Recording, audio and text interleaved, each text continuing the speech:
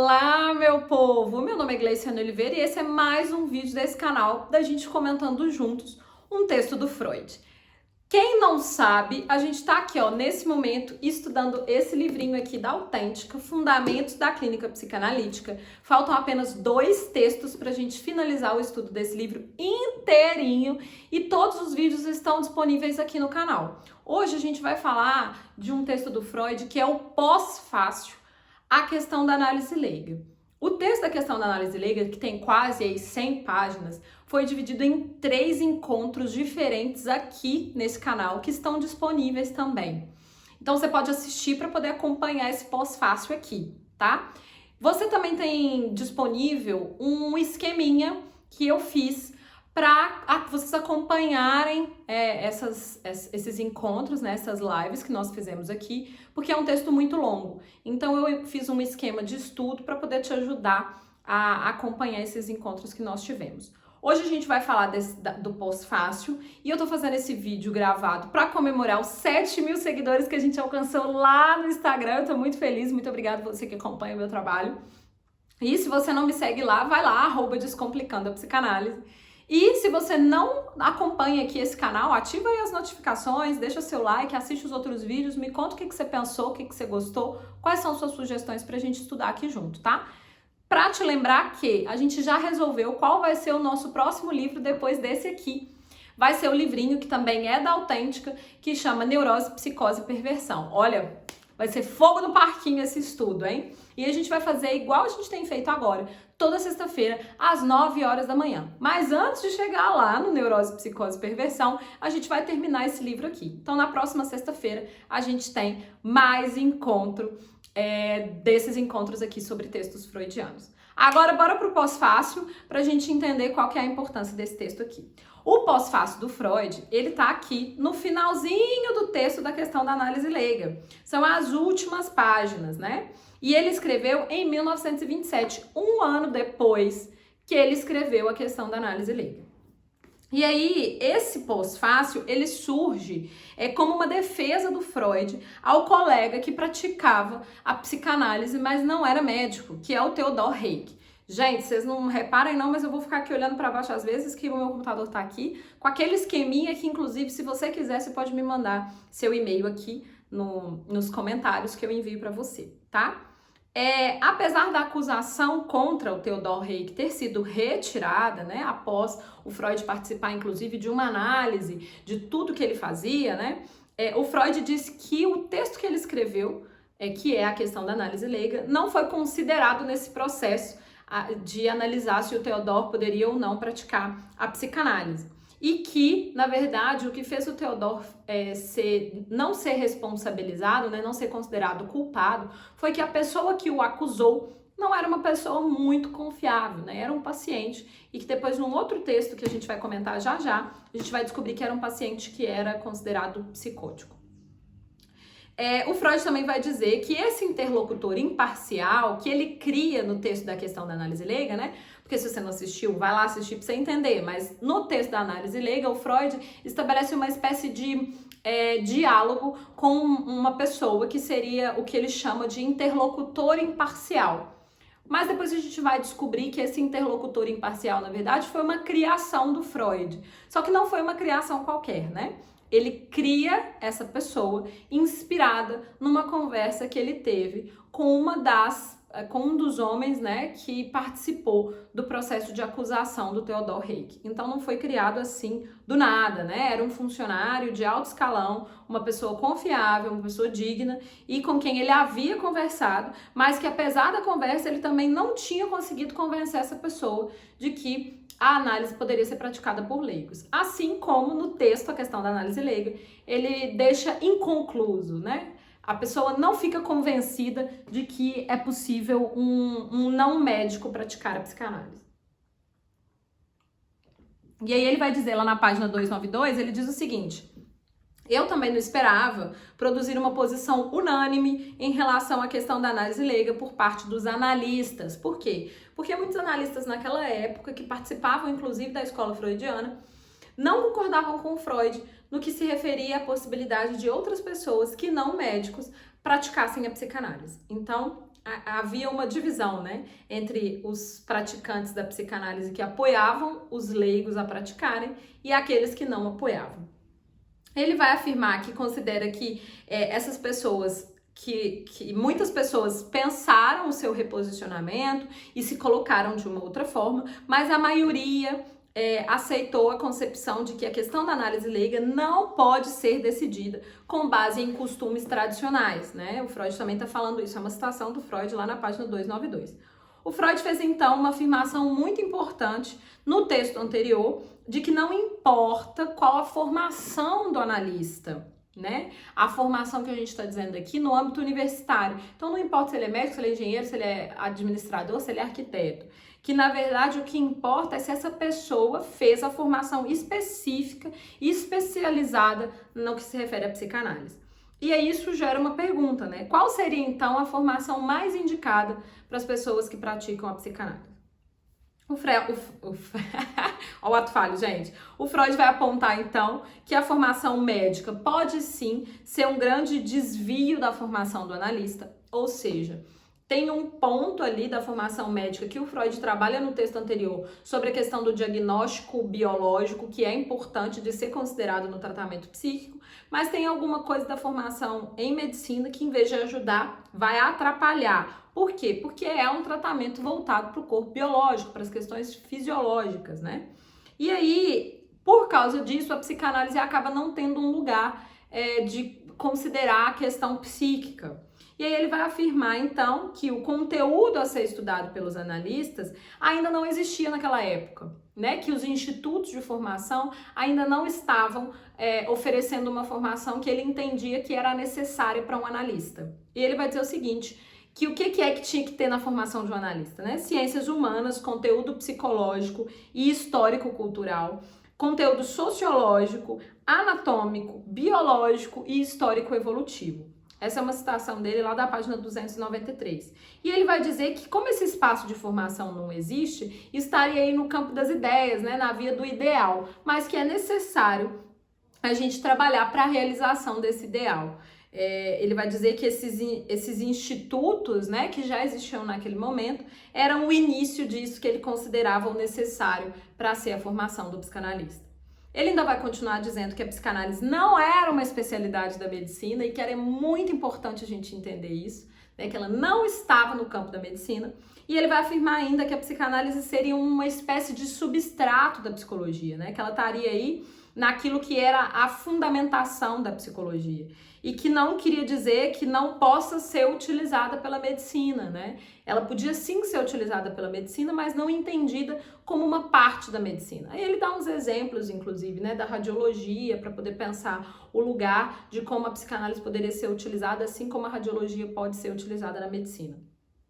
Ele vai dizer também que apesar da psicanálise ter sido inventada por um médico, isso não é suficiente para pensar o seu lugar dentro da medicina, né? Porque essa concepção, na verdade, é corroborada de quando ela foi inventada e rejeitada pelos médicos, né? Então, Freud vai dizer, olha, sim, a minha formação é em medicina, mas eu nunca fui médico. Ele vai dizer isso, né? Ele vai contar uma parte da história dele, vai dizer que ele nunca foi médico, porque na verdade ele sempre se voltou para isso, que ninguém conseguia explicar o que era, né? E que quando ele inventa a psicanálise, né, no que se refere a uma estruturação desse campo do conhecimento, a psicanálise é completamente rejeitada pela medicina. Então a grande questão dele é, por que agora querem incorporar a psicanálise na medicina se quando ela surgiu não queriam aceitá-la? Né? Essa é uma pergunta que ele faz. E aí ele vai dizer, né, de uma parte do seu percurso, ele vai contar um pouco da história dele e que eu sugiro para você que se você tem interesse na história do Freud, além dos livros de biografia sobre ele, né, que tem do Peter Gay, por exemplo, um dos, tem o texto dele mesmo, que chama-se Um Estudo Autobiográfico, que é um texto que ele escreveu em 1924 e foi publicado em 1925. Lá, ele vai falar muita coisa do que ele também está trabalhando aqui, como, por exemplo, uma parte do percurso dele até chegar na psicanálise. Então, ele vai contar dos estudos com o sistema nervoso, né? Lá nos estudos autobiográficos, ele vai falar que ele trabalhou, inclusive, com a eletroterapia, ele vai falar do percurso dele com a hipnose, com o método catártico, vai falar da relação dele com o Breuer, vai falar da relação dele com o Charcot. Enfim, ele vai fazer um percurso interessante que vai ajudar a gente a entender esse pequeno recorte que ele faz da vida dele aqui. Freud também defendia uma independência da psicanálise em relação à medicina, né? Ele queria fazer essa separação para que a psicanálise não se perdesse dentro da medicina. E aí ele vai dizer que a psicanálise não pode ser incluída na medicina por uma questão de divergência, que em algum ponto elas se encontram, mas em outros pontos elas divergem. Então não tem jeito da gente falar que uma está dentro da outra. Assim como não tem jeito da gente falar que a psicanálise está dentro da psicologia, hoje a gente sabe disso, né?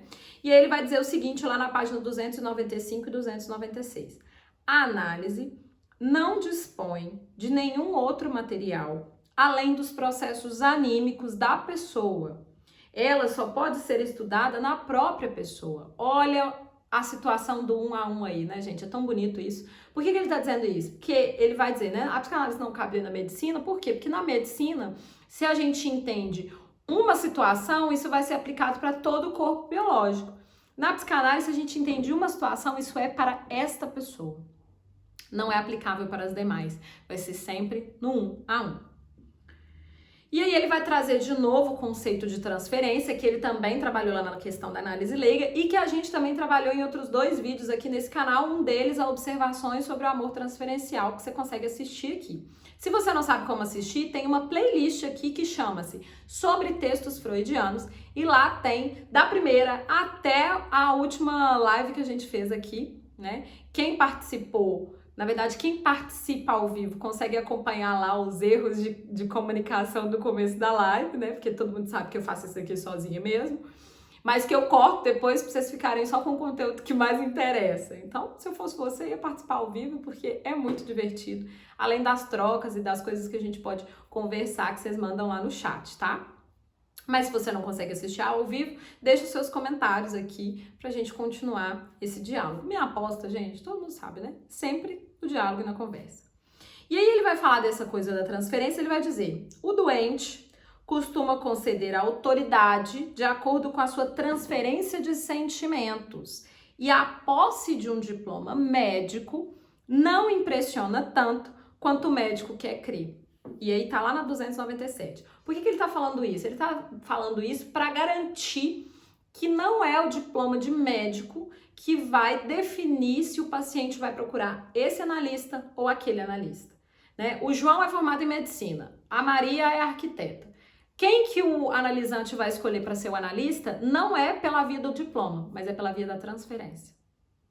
Não é? Não é verdade? É depois que você gosta da pessoa que você vai procurar saber o que ela faz, não é verdade? Pois é, Freud já tá falando isso aqui pra gente. E aí, ainda lá na 297, ele vai fazer um paralelo entre o que o sacerdote faz e o que as pessoas que trabalham com a psicologia individual fazem, né? Que é aquilo que o Adler vai fundar. E que ele vai dizer que o trabalho é muito parecido no que se refere a livrar a pessoa de um sintoma. E ele vai falar, a psicanálise não trabalha dessa forma, né? Ele vai dizer, nós analistas temos como objetivo uma análise mais completa e mais profunda. Então ele vai fazendo algumas marcações de diferenças que são super importantes para a gente, para pensar o lugar do analista. Temos também uma outra marca da diferença do tratamento analítico para os demais tratamentos, que ele vai dizer lá na 298. Na psicanálise, desde o início, havia uma associação entre curar e pesquisar. E o reconhecimento trazia o sucesso. Não se podia tratar sem experimentar algo novo. Não se obtinha esclarecimento sem vivenciar o efeito benéfico. E ele vai afirmar que isso que diferencia a psicanálise das outras técnicas e o investimento no campo científico, é o que constrói o trabalho analítico. Por que ele está dizendo isso pra gente, né? E depois ele vai falar uma outra coisa importante que ele vai falar. Eu não estou falando que as pessoas têm que ser cobaia dos analistas, não é isso. Mas ele está dizendo que a psicanálise sempre voltada a revisar seu conhecimento, a repensar a teoria, a pensar o lugar da teoria no discurso de cada um dos analisantes, convoca para um lugar diferente das outras ciências, que é um lugar em que o sujeito que está sendo estudado vai ser encaixado dentro dessa ciência. Na psicanálise, a gente escuta isso que o sujeito traz e analisa o que a gente tem. não para encaixar o sujeito, mas para a gente questionar se isso que a gente construiu serve para esse sujeito. Se isso que a gente construiu não serve para esse sujeito, a gente precisa de revisar isso aqui que a gente construiu. Sacaram o negócio? Bonito demais, né não? Eu acho. Eu acho, assim, um negócio fantástico. E aí ele vai dizer, né, que ele pode ter sido mal interpretado no texto anterior, como se ele tivesse falado mal dos médicos, né, falado que os médicos são incapazes de usar a técnica psicanalítica, e não é isso que ele estava querendo dizer. Ele vai dizer que o conhecimento médico não deve se sobrepor ao conhecimento da psicanálise, enquanto a psicanálise é uma especificidade, não da medicina, mas de um tratamento específico. E que o médico ele deve se atentar para não cair nessa condução de um tratamento pela via do corpo físico, do campo biológico, e sim estar ligado à teoria psicanalítica e às questões psíquicas. Vocês estão conseguindo acompanhar aí, gente? Se vocês não estiverem conseguindo acompanhar, manda as dúvidas aqui, ó, nos comentários para a gente poder ir dialogando e esclarecendo os pontos que não ficaram tão claros assim, tá bom? Aponta também que a maioria das resistências contra a possibilidade de haver analistas leigos vem dos norte-americanos e que essa resistência tem a ver com a prática por pessoas leigas de forma equivocada, né? Do uso equivocado da psicanálise por analistas norte-americanos. E que isso, o Freud vai dizer que não é uma questão somente na América, né? Mas que isso acontece em outros lugares também, e que a gente não pode tomar a América como um modelo de pré-definição para a gente pensar os fundamentos e o funcionamento da psicanálise. Ele também vai dizer, né, durante algumas páginas, uma parte do texto que foi suprimida em outras publicações. Então essa é a primeira vez que essa parte é traduzida, né? E é um trecho, né, muito interessante, porque ele vai fazer uma crítica aos norte-americanos, principalmente pela ausência de escolas de formação de psicanalistas na América, e por esses analistas não terem um espaço de formação, eles ficarem às escuras, né? Eles não conseguirem ter um respaldo de um lugar em que eles podem estudar, pensar psicanálise, enfim, fazer a sua própria formação.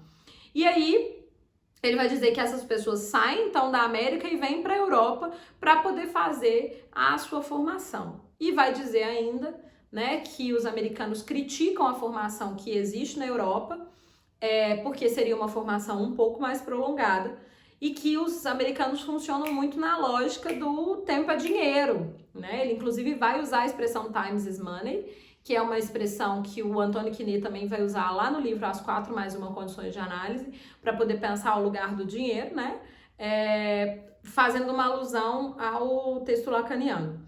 E aí o Freud vai contrapor esse funcionamento americano de tempo é dinheiro ao funcionamento europeu, né? Ele vai até fazer uma alusão a uma parte que eu não trouxe aqui, mas eu posso falar para vocês. Ele vai dizer assim, ó, quando as pessoas se encontram na rua, né, para poder se cumprimentar e tal, elas vão dialogar, ele diz assim, tome seu tempo. É uma expressão muito utilizada lá na Europa, como se ali vocês pudessem compartilhar o tempo juntos, né, e não nessa lógica de tempo é dinheiro. E ele vai dizer que por causa dessa lógica de tempo é dinheiro, os americanos querem uma formação rápida, 3, 4 meses, querem que a análise seja rápida, 3, 4 meses. E ele vai dizer lá na 303, não é possível transformar no intervalo de 3, 4 meses em um analista eficiente, alguém que até então não tinha qualquer entendimento sobre análise. E menos ainda, não é possível não é possível conduzir o tratamento de um neurótico no caminho das mudanças que lhe seriam restituídas, né, no que se refere à capacidade de trabalhar e de fruir. Ele vai dizer que não é possível fazer isso em 3, 4 meses. Que essa lógica de tempo é dinheiro não funciona com a psicanálise, que a gente precisa de trabalhar num outro tempo. E aí, essa é a parte que foi suprimida, né? Uma parte de uma grande crítica aos americanos, como vocês podem perceber. E aí ele vai... essa parte suprimida se encerra aí, né? E aí ele vai dizer que ele pode ter sido interpretado como uma pessoa que exagerou nas críticas contra os norte-americanos, mas ele diz que de fato tem alguma coisa no discurso dessas pessoas que sobrepõe o interesse pelo lucro, o lucro a qualquer custo. E aí ele vai encerrar o texto com uma pergunta, né? Que é uma pergunta muito boa, na minha opinião. Ele tá dizendo, olha, gente, a gente tá falando todas essas coisas aqui, mas os analistas leigos não vão deixar de existir simplesmente porque a gente tá achando que eles não podem existir. Então a minha sugestão é, por que a gente... A minha sugestão não, né? A minha pergunta é, por que em vez da gente ficar criticando, a gente não convoca essas pessoas para participarem das nossas formações e aí sim elas tenham a oportunidade de aumentar o seu nível ético e de melhorarem a sua formação? Ele termina com essa pergunta. Eu adoro essa ideia de terminar com uma pergunta, porque é realmente a confirmação de que a gente não tem resposta para todas as coisas, mas que o Freud faz uma provocação, né? Quando Freud termina esse texto, a gente tem um outro texto que chama Post-Scriptum. Eu não sei ler isso, porque eu acho que isso é o quê? Não sei latim, que é de 1935, que é um texto do Freud, um textinho aí de 1,5 páginas, quando ele tá dizendo que, olha, aquele ensaio que eu fiz em 1926, da questão da análise leiga, né? O Theodor Reik não foi considerado culpado, os leigos continuam praticando a psicanálise, não foi proibida, né? Tem algumas coisas que mudaram na Áustria aqui, as pessoas consideram de uma outra forma hoje, né? E aí ele vai dizer, a pessoa imparcial que eu inventei, ela continua viva, né? Ela é uma pessoa que existiu de fato, é uma personalidade influente no meio profissional do Freud e para quem ele redigiu o parecer em relação ao Theodor Reik. Então esse texto aqui, né, de 1935, quase 10 anos depois, né, 9 anos depois, vai ajudar a gente a entender o que é que o Freud estava fazendo naquele texto da questão da análise leiga e vai também dar uma atualizada de como que ficou o cenário nos finalmente, né? É aqui também que ele vai dizer que a pessoa que acusou o Theodor Reik era um paciente psicopático. E ele vai falar que o escrito dele, né, foi recebido de uma maneira injusta, foi pouco traduzido, não é um texto muito considerado, mas que ele reconhece o valor desse texto, que é um texto de fato importante. E aí, na página seguinte, olha só, aqui a gente tem Dr. Reik e o charlatanismo.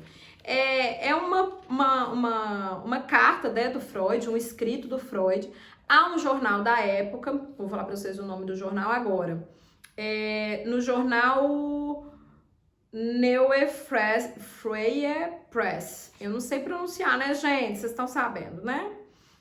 Mas foi escrito em 18 de julho de 26 e onde o Freud vai fazer uma alusão ao fato de que a filha dele atendia crianças e o Dr. Reik também atendia pessoas, mas que ele não fazia esse encaminhamento direto, né? Ele vai dizer, ó, não é bem assim. Eu digo para todo mundo que eu encaminho para o Reik que ele é um psicólogo e não que ele é um médico. Eu deixo isso claro, né? Ele está deixando, querendo esclarecer essa situação aqui. E aí ele fala no finalzinho, ele diz anúncio de uma publicação sobre a questão da análise leiga. E aí ele conta que ele vai publicar esse livro, né? Foi um livro na época. Mas enfim, gente, é isso. Então a gente encerrou aqui o texto A Questão da Análise Leiga. É um texto de 26, encerramos ele. Olha, deu um mega trabalho. Assiste aqui no canal os outros vídeos que tem esse comentando o restante do texto. E na semana que vem, nessa próxima sexta-feira, que dia que é a próxima sexta? Hoje é 12, 13, 14. Dia 14 de outubro, a gente vai trabalhar a questão desse texto que é muito importante do Freud, que é a análise finita e a infinita. É um texto de 1937. Então a gente vai caminhar 11 anos para frente aí, porque o texto, a questão da análise leiga, é um texto de 1926. Então vamos fazer uma viagem no tempo para 1937. E aí depois a gente vai trabalhar a Construções em Análise, que também é um texto de 37. Mas é isso, né? Temos muito trabalho pela frente E eu quero convidar você para assistir os outros vídeos do canal e trazer suas contribuições para cá, tá bom? Muito obrigada pela companhia, meu povo. Até!